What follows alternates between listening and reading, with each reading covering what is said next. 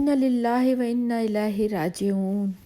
مولانا طارق جمیل کے درمیانے بیٹے کی موت واقع ہو گئی ہے اور اس کی تصدیق ان کے بھائی نے آ کر سوشل میڈیا پر کر دی ہے۔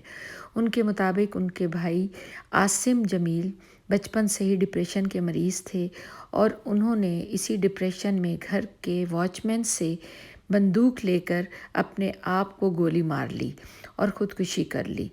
انہوں نے سوشل میڈیا پر آ کر اس بات کو کلیئر کیا تاکہ لوگ ان کی کسی سے دشمنی کی بنا پر قتل کی وجوہات نہ بنائیں۔